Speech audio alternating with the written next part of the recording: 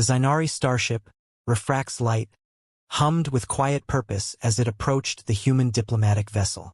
Captain Alara Tana stood motionless in the observation alcove, staring out at the unfamiliar lines of the human craft. Its design was angular and crude by Zynari standards, every panel and plate speaking of function rather than elegance. She tapped a crystalline fingertip against the railing and waited. "You've studied their language thoroughly, I trust?" Alara turned to see her second-in-command, Corin Natra, stepping into the alcove.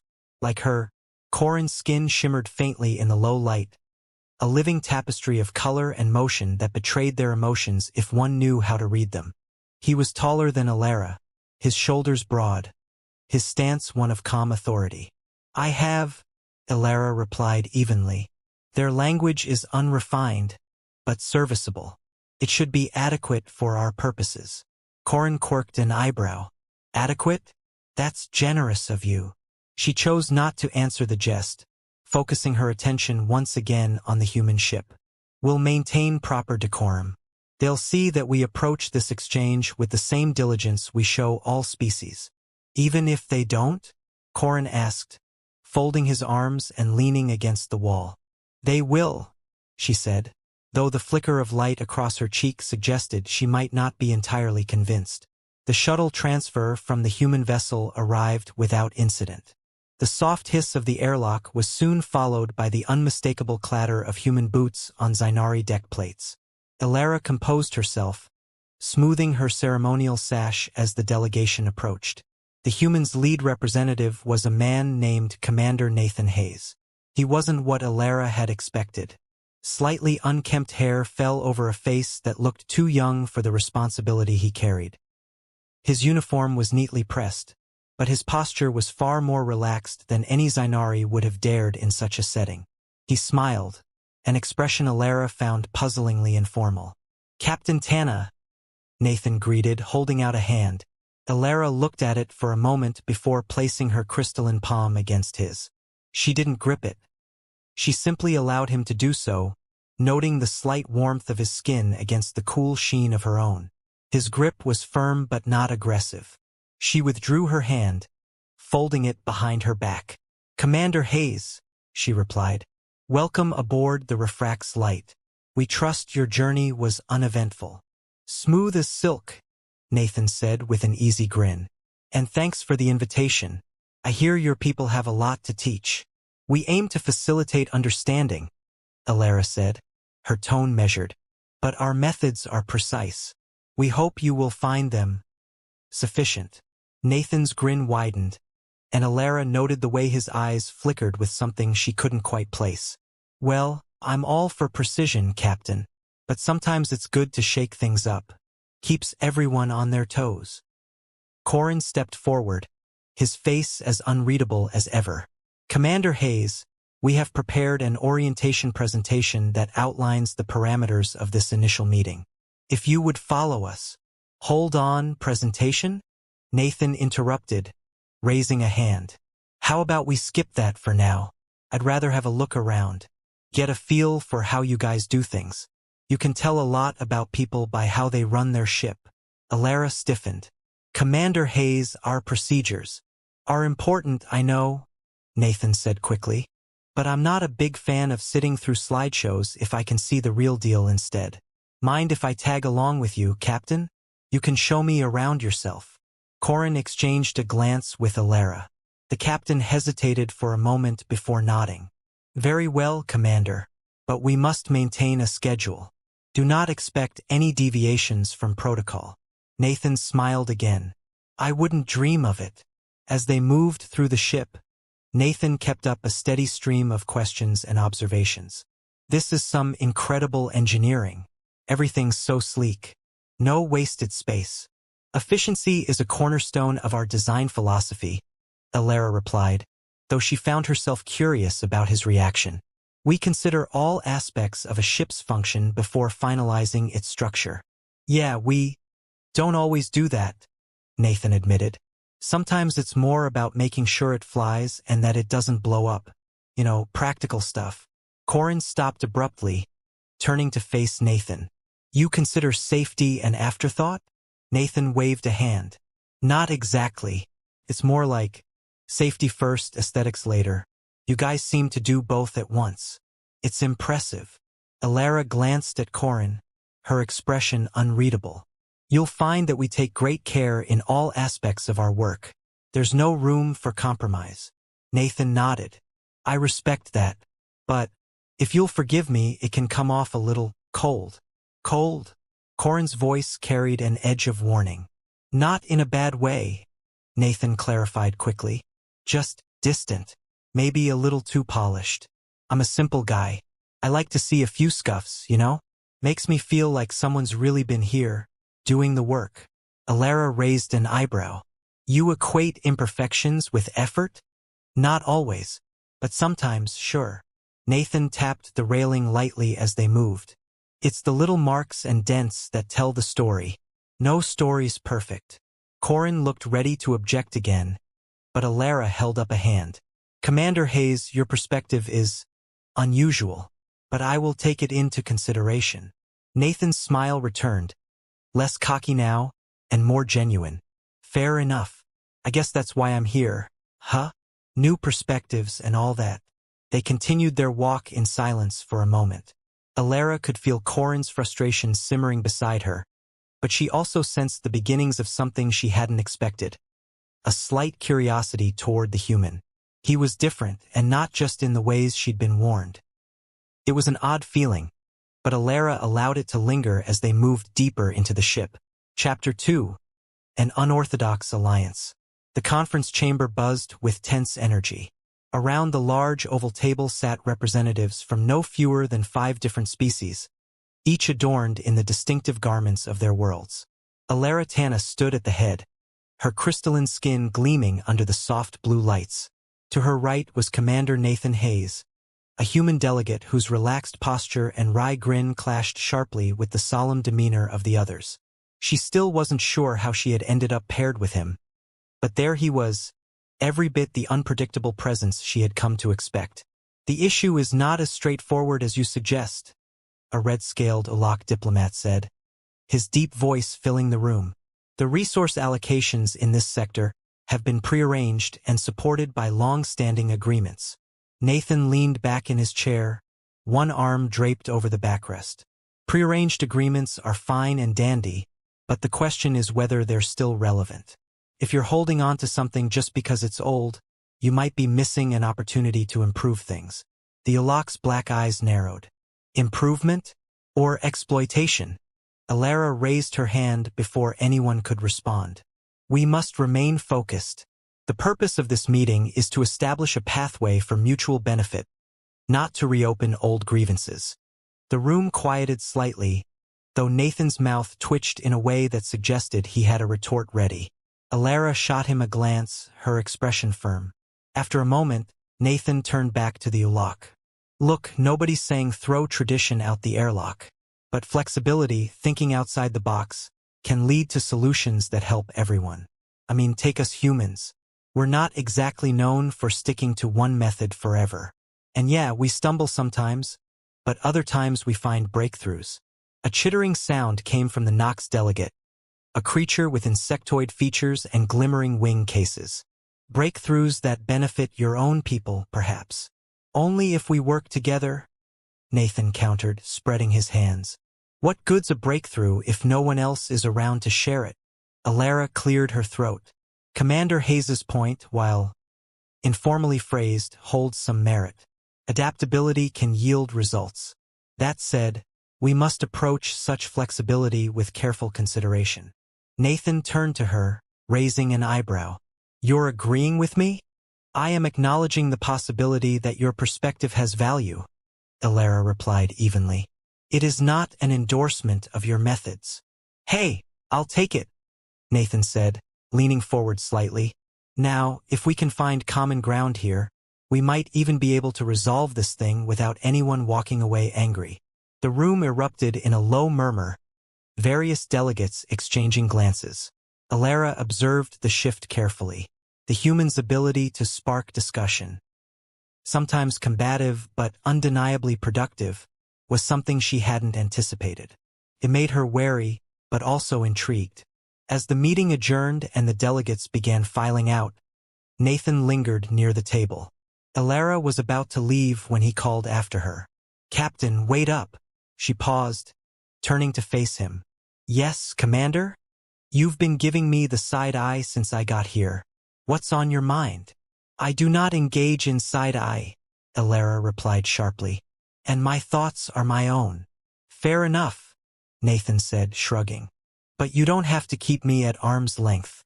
I'm not your enemy. I never said you were." "No, but you're treating me like a wild card you need to control. I get it. Humans have a reputation. But maybe give me a little credit." Elara studied him for a long moment, her crystalline skin shifting faintly as her thoughts swirled. "You are unconventional, Commander. That is true. But I have yet to determine whether that is a strength or a liability." "Only one way to find out," Nathan said, a grin tugging at the corner of his mouth. "Stick around." "Very well," Elara said, her tone carefully neutral. "We shall see." Their eyes met for a brief moment longer before Elara turned and left the room. She felt Corrin's presence as she exited, the tall Zainari waiting in the corridor. He raised an eyebrow at her. "You're giving the human more latitude than I expected." "I am exploring every avenue," Elara replied. "It would be unwise to disregard him entirely." "Unwise," Corrin echoed, though his tone carried a note of doubt. "Or dangerous." Elara didn't answer. She simply started down the hallway, her thoughts more clouded than she cared to admit. Chapter 3, Beneath the Ice. The whir of the transport's engines faded into silence as the shuttle touched down on the moon's icy surface. The world outside the cockpit was a frozen expanse of blue and white, a wasteland of frost stretching as far as the eye could see. Elara pulled her fur-lined hood tighter around her crystalline face and turned to her human counterpart, Nathan Hayes, who was wrestling with a thick thermal jacket. "Would it kill them to design a jacket with sleeves that don't pinch?" Nathan grumbled, tugging at his cuff. "What, is every Zainari born the same size? You are fortunate to even have a jacket," Elara replied dryly, securing the clasp at her collar. "Our equipment was not designed with human proportions in mind." "Yeah, I figured," Nathan said with a grin. "Guess I'll just keep improvising. You'll have to deal with me complaining." "I have little choice, do I?" she said, her voice calm but with the faintest hint of amusement. "None at all." Nathan smirked before stepping toward the shuttle's exit. "Well, Captain, let's go see if we can sort out this mess." Outside, the cold hit them immediately. Nathan let out a sharp breath, watching it cloud in the frigid air. "I don't know how you guys handle this. I'm freezing already." "You are the one who insisted on coming," Elara said, adjusting her scanner. "You will manage." They began their trek across the frozen terrain, their boots crunching on the thin crust of ice. The wind howled around them, forcing Nathan to pull his scarf higher up his face. Elara, as composed as ever, scanned the horizon with her crystalline device. "Anything on that scanner of yours?" Nathan asked. "Faint readings to the north," she replied, pointing toward a jagged ice formation in the distance. "That is where the disputed resource deposits should be located." Nathan squinted against the glare. "And that's where we're supposed to meet the other delegations, right?" "Correct. If we can resolve the matter here, we may avoid further tension on the station." "No pressure, then," Nathan muttered, shoving his hands deeper into his jacket pockets. Their walk continued in near silence, the wind the only constant companion. As they neared the ice formation, Nathan started to notice subtle changes in the landscape. Deep cracks in the ice, strange shimmering patterns that seemed to pulse beneath the surface. He glanced at Elara.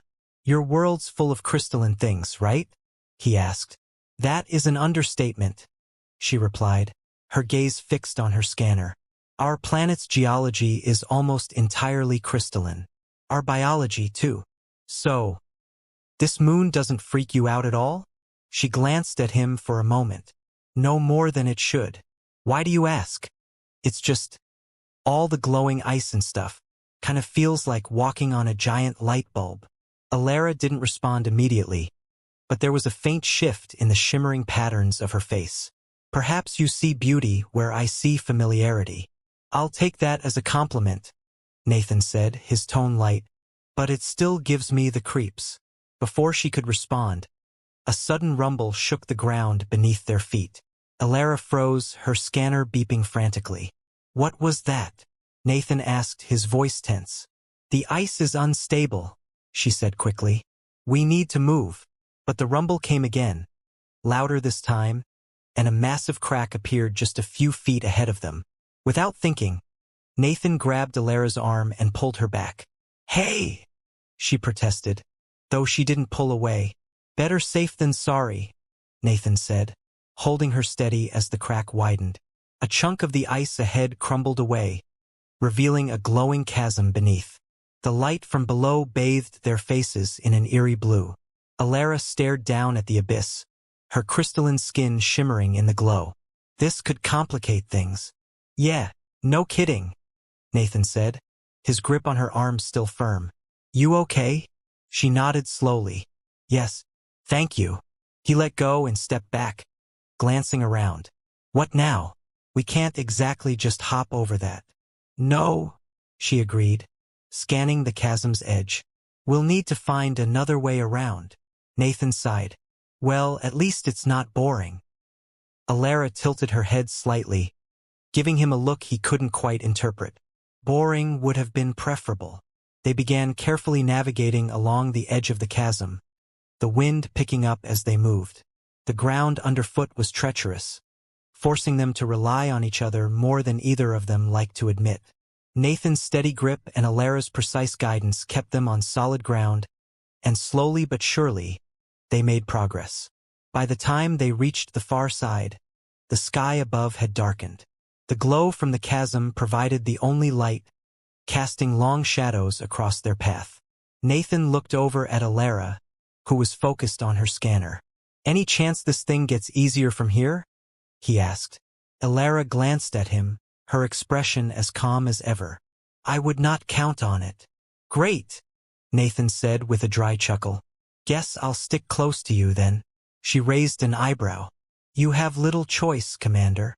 Their eyes met for a moment, a faint glimmer of something unspoken passing between them before they both turned their attention back to the icy path ahead. Chapter 4. The Dance of Perspectives. The common area of the refract's light was designed for comfort and reflection, its crystalline walls refracting soft ambient light. Alara sat in one of the floating chairs, her crystalline form shimmering faintly as she adjusted the controls on her datapad. Across the room, Nathan Hayes leaned against a curved counter, a steaming mug in his hands. The quiet hum of the ship filled the space, creating an almost serene atmosphere. Coffee, Nathan offered, raising his mug. Alara glanced up. No, I do not require sustenance at this time. You never need coffee, Nathan said with a grin. It's more about the ritual than the caffeine. Helps me think. Then you require it, she replied. It may not be for nutrition, but it still serves a purpose. Nathan chuckled, taking a sip. Sure, Captain. Whatever you say. He walked over to her, pulling out a chair and sitting down without asking. Alara's eyes flicked up from her datapad, her expression unreadable. I noticed something about your crew, Nathan began. And what is that? Alara asked, her tone measured. They're all, well, polite. Too polite, maybe. Everyone's very careful not to step on any toes. That is how we maintain order, she said. We value harmony and efficiency. Sure, harmony's nice, but don't you think it's a bit stiff? Sometimes a little friction isn't a bad thing. Sparks can lead to something new. Alara set her datapad aside, folding her hands neatly in her lap. Commander Hayes, your people thrive on friction, as you call it. Our people have chosen a different path. Yeah, I've noticed. Don't get me wrong, you've got an impressive thing going here. But sometimes, when everyone's on the same page all the time, you miss out on creative ideas. You believe our method stifles creativity? She asked, tilting her head slightly. Nathan leaned forward, resting his elbows on his knees. I think it can. Take that little stunt with the ice chasm. If we'd both stuck to our procedures, we might still be back there trying to figure out how to cross. Instead, we took a chance, and it worked out. You risked both our lives, Alara countered. But it paid off. She paused, her crystalline skin glinting softly. Your approach was effective. However, it was also impulsive. Nathan shrugged. Sometimes impulsive is what you need. Alara regarded him carefully. You speak as though you see value in chaos. Not chaos. More like unpredictability, he said, searching for the right words. It's not about throwing rules out the window. It's about knowing when to bend them. Alara was silent for a moment, considering his words. You view rules as suggestions, then? Not exactly. More like guidelines. They're there for a reason, but if you follow them blindly, you can miss opportunities. She leaned back in her chair, the faint play of light on her crystalline form hinting at the emotions she rarely displayed. And you believe this is a strength of your people? I do, Nathan said simply. It's messy, sure, but sometimes messiness leads to progress. Alara clasped her hands tighter, her gaze steady on him. You are an unusual representative of your species, Commander Hayes. I'll take that as a compliment, Nathan said with a grin. She allowed a small smile to form, though it quickly faded. Your perspective is unconventional. Hey, I'm just calling it like I see it, Nathan said, leaning back. You guys have this amazing order, this symmetry, but maybe, just maybe, you'd benefit from a little of our chaos now and then.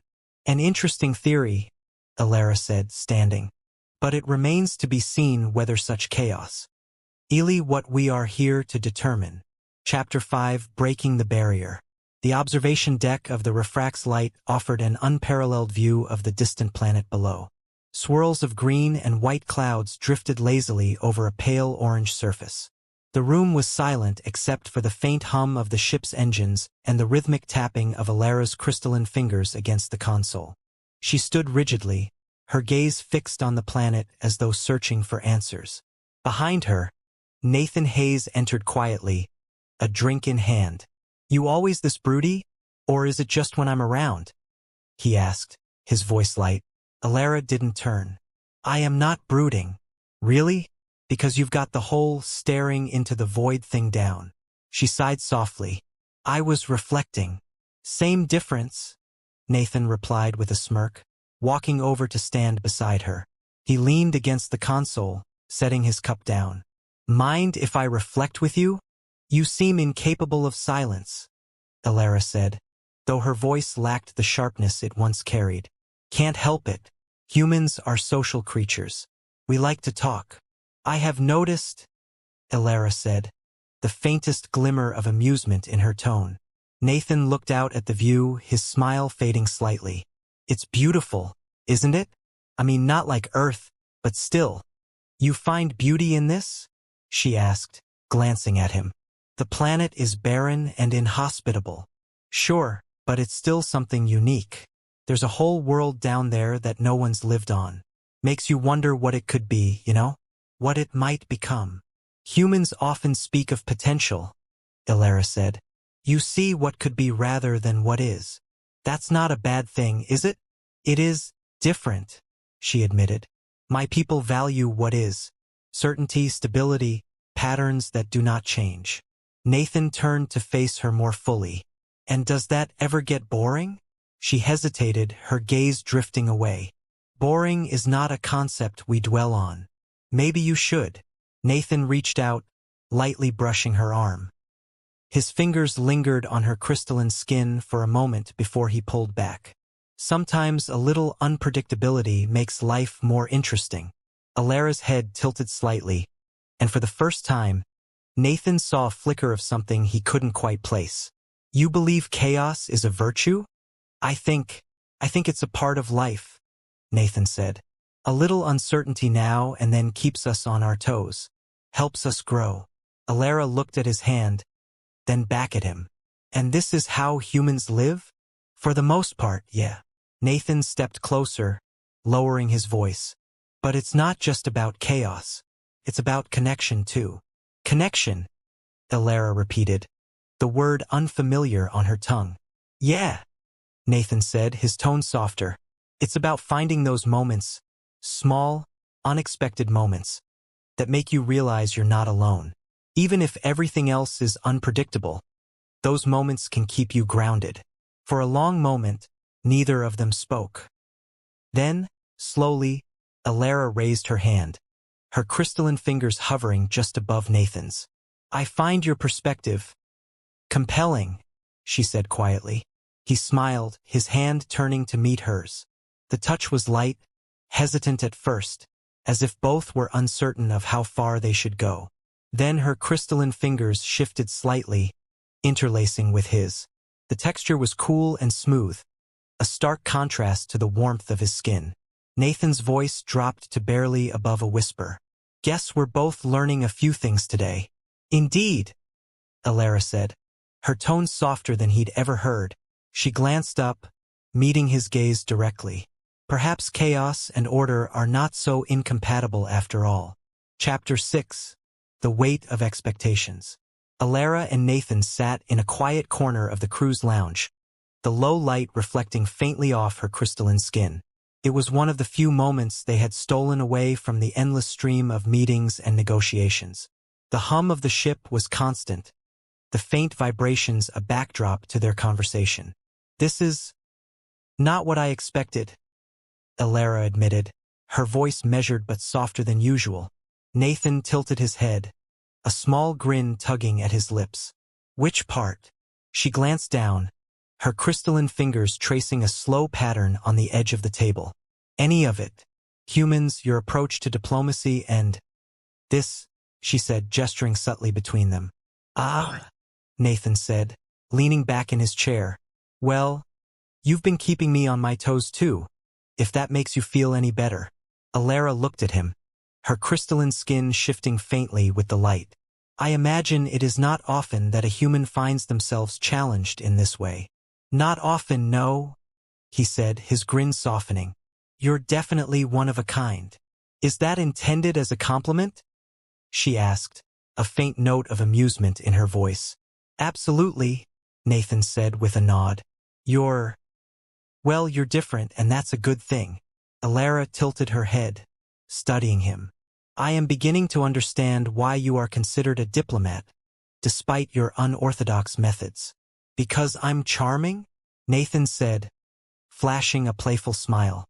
Because you do not adhere to the expectations placed upon you, Alara said, ignoring his quip. You find paths others would not consider. Even if I do not always agree with your methods, I cannot deny their effectiveness. Nathan leaned forward, resting his elbows on the table. And here I thought you just liked my jokes. She raised an eyebrow. Your humor is peculiar, but it is not without merit. Peculiar? I'll take it, Nathan said, chuckling softly. He reached out, his hand brushing lightly against hers. You know, we make a good team, even if we don't always see eye to eye. Alara hesitated, her crystalline skin shimmering faintly as if reflecting her thoughts. I do not entirely disagree. Nathan's grin widened. That's almost a compliment. She allowed a faint smile to touch her lips before looking away. You have a way of making the impossible seem manageable. Well, it's what I'm here for, Nathan said, his voice gentle. And I'm glad you're willing to put up with me. Put up with you? She repeated, her tone light. That is a generous interpretation. Hey, I'll take what I can get, he said, laughing. For a moment, they simply sat there, the silence between them comfortable rather than strained. Then Alara spoke, her voice quieter. You realize that this, whatever this is, will not be easy. I'm not looking for easy, Nathan said. I'm looking for worth it. Alara's crystalline features seemed to shift slightly, her gaze meeting his. You are remarkably stubborn, Commander. And you're remarkably thoughtful, Captain, Nathan replied. Alara's hand brushed against his again, this time lingering. The cool texture of her crystalline skin was almost soothing, and Nathan didn't pull away. Perhaps we can find balance, Alara said softly. Chaos and order, your way and mine. I think we already are, Nathan said, his voice steady. Step by step. Alara nodded, the faintest flicker of a smile returning to her lips. Step by step. Chapter 7. A Shared Future. Nathan Hayes stared at the console in front of him, trying to make sense of the data scrolling across the screen. Numbers, symbols, and faintly glowing graphs painted a picture he didn't fully understand. He glanced over at Alara, who stood nearby with her arms crossed, watching him with what he could only describe as patient curiosity. I don't get it, Nathan finally said, throwing up his hands. This isn't how we do things. In human systems, we don't resonate with the controls. We just push buttons. That is evident, Alara said, her tone calm but tinged with amusement. You cannot simply brute force understanding. The interface requires you to attune to its frequencies. Right? Nathan said, rubbing the back of his neck. Attune. Sure. Because that's a thing I know how to do. Alara stepped closer, leaning over his shoulder to tap a crystalline finger against the screen. You see this pattern? It corresponds to the primary resonance channel.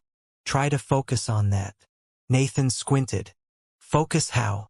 She paused, tilting her head. Have you never attempted harmonic alignment?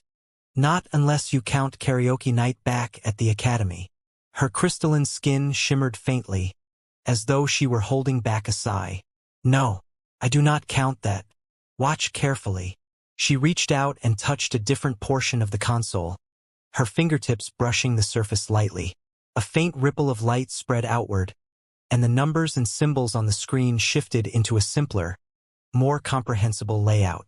Nathan blinked. Wait, it's just changing the display? He asked. It is translating the resonance into something you can understand, Alara explained. By aligning yourself with the proper frequencies, you can guide the interface to present information in a more human-friendly format. Nathan ran a hand through his hair. Okay, I think I get it. Sort of. Good, she said, straightening. Now you try. He hesitated before mimicking her movement, pressing his fingers to the console. Nothing happened. He frowned, then tried again, this time letting his hand rest more lightly against the surface. Still nothing. Am I doing it wrong? He asked, glancing at her. You must focus, Alara said, stepping beside him. Imagine the information flowing toward you, rather than simply pressing buttons. Let it come to you. Nathan furrowed his brow. This sounds like something my yoga instructor would say. She quirked an eyebrow. And was your instructor correct? Well, I usually ended up with a pulled muscle, he muttered. But he closed his eyes and took a slow breath, trying to picture the data shifting toward him. He reached out again and touched the console.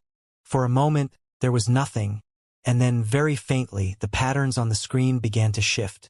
Nathan opened his eyes. Hey, it moved.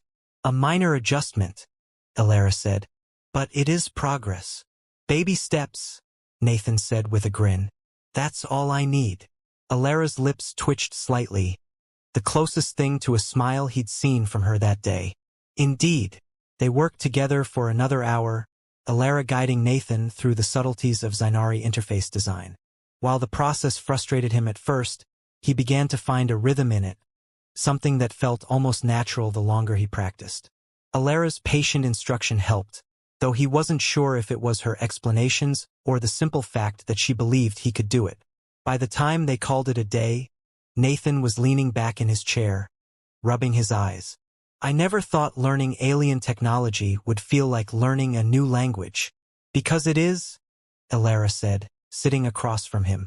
It is a language of resonance and intent. Once you grasp its core principles, it becomes second nature. Still feels like sorcery, Nathan muttered, but his tone was light. Thanks for not giving up on me. Alara regarded him for a long moment. You are persistent. That quality is not without merit. He grinned. I'll take that as a compliment. You may, she said simply. Nathan looked down at the console, the now familiar display reflecting off the crystalline sheen of her arm. He thought about all the barriers they'd been working through, not just technical ones but cultural and personal ones too. There was something satisfying about finding common ground, even when it seemed impossible. "Hey, Alara," he said after a pause. "Do you think, maybe, that humans and could we ever really?" She tilted her head slightly, her gaze steady. "Could what?" "Build something together," Nathan said. "Something lasting, beyond just treaties or alliances. Like a shared future." Alara didn't answer right away. Her crystalline form caught the light as she shifted in her seat, and Nathan saw something thoughtful in her expression. "It would require trust and effort, but yes, I believe it is possible." "Good," Nathan said, "because I think we've got a pretty solid team going here." Her lips curved slightly, just slightly, and she nodded. "Yes, we do." Chapter 8. The Unbroken Rule. The main conference hall on the station was alive with chatter, holographic displays shimmering above the gathered delegations. Representatives from multiple species filled the chamber, each engaged in hushed conversations as they awaited the final agreement to be signed. Nathan Hayes and Alaritana stood near the center, side by side, facing the imposing array of alien diplomats. Nathan adjusted his jacket for the 10th time that hour. "How many times do we need to go over the same points before they'll sign off on this?" Alara glanced at him, her crystalline features shifting faintly. "Diplomacy is not a matter of impatience. We must allow the process to unfold naturally." "Sure," Nathan said, raising an eyebrow. "But at this rate, I'll be old and gray before they finish unfolding." "Patience, Commander," Alara said, though a flicker of amusement played across her face. "Your impulsiveness will not speed the outcome." Nathan leaned closer, lowering his voice. "If you're suggesting I keep my mouth shut, you could just say it." "I would never be so direct," she replied smoothly. The chamber's central display blinked, and the lead mediator, an elder Lithari whose tall, willowy form seemed to glow faintly, stepped forward. "Representatives of the Galactic Accord, we have reviewed the final revisions. If there are no further objections, we will proceed with the signing." Nathan straightened, casting a sidelong glance at Alara. "This is it, right? The big moment." "If there are no objections," she said, keeping her voice even. "But do not underestimate the potential for last-minute concerns." Nathan sighed. You really know how to keep a guy on edge." "It is not my intention to cause you discomfort," Alara said, glancing at him. "It is my intention to prepare you for the realities of interstellar negotiation." "Comforting," Nathan muttered. Before either of them could say more, a sharp voice from the back of the chamber cut through the murmurs.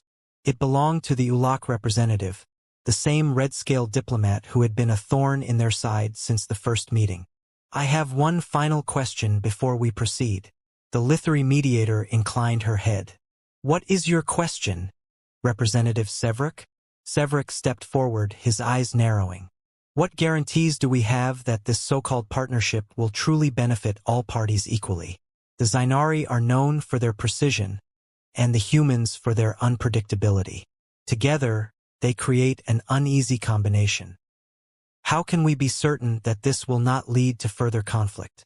Nathan tensed, but Alara placed a hand on his arm, a subtle motion that kept him from speaking immediately.